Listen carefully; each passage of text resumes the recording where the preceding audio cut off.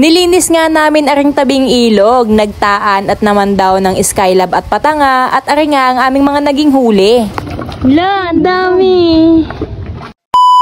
Ari nga si Papa at nagkakalikot na naman din sa ilog dahil lubog na naman ang kanyang pantalan. Ay kagagawa niya laang talaga kahapon ay binanata ng magdamag na ulan at arit lubog na naman. Dahil sa laki nga ng isinulong ng tubig ay aroy pati aring mga ibon ay umahon na at dili na nga nangunguha ng pagkain sa pangpang. Pati wari ang mga isda ay lumalim na kaya aring mga ibon na ari ay nagutom na. Habang nagkakalikot nga dyan si Papa ay ako nga'y sinipag-sipag at hahawanin ko na nga din sa ilog nang gumanda-ganda naman ang aming paligid. Dahil maraming ang umaanod na water lily dyan sa ilog, ako ngay nakisabay-sabay na at aring tapat namin ay mukha ng basura. Kaya naman akin ang hinawa nang magkaroon kami ng malinis na liguan. Itinaas ko nga muna dyan yung mga patangan ni Papa na mayroon niyang huling mga urabog. Saka ko naman pinagpatuloy ang aking ginagawa pagtataboy ng water lily. Yung mga basura naman na dadampot ko dyan ay pinaglalagay ko na nga din sa bangka at nilagay ko nga sa sako sapagkat pangit naman at kawawa ang mga isda kung sa ilog pa natin itatapon ng ating mga basura. May mga tao pa din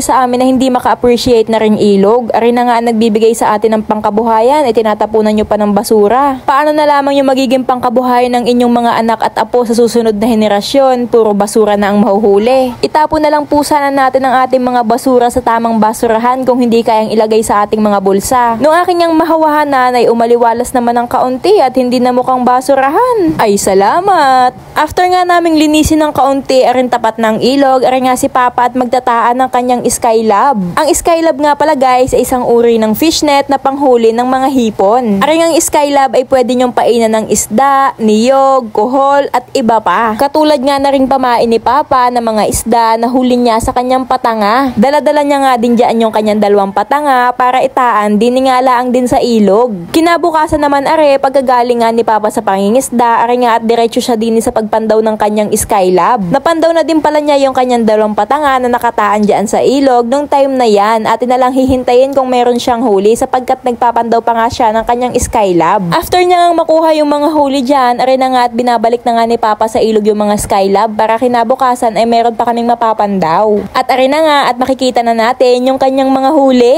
Eto na si Papa guys, galing pamamandaw ng skylab. Tingnan natin kung may huli. Diba lang nahuli nga nun ay mga hipon, maliliit na isda. Tingin. Ay, ba't may mga paplitahan? Ayun, may huli siya. Lang. Ay, no, daming huli. Ano yan?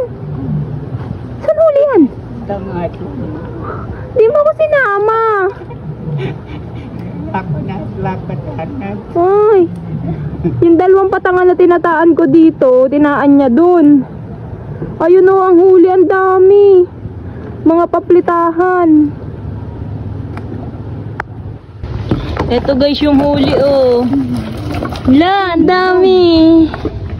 Ito yung maliliit na tilapia, huli yan sa patanga. Yung dalawang pirasong naka-stack din eh. Tapos yung mga hipon, yung maliliit na biya na ayungin, huli naman yan doon sa skylab. Hindi ako sinama ni Papa, nangakit kasi ako ng mangga. Pero ayan yung huli guys oh. Walang pain yun, tinaan niya lang doon, mga paplitahan. May ulam na kami, tanghalian.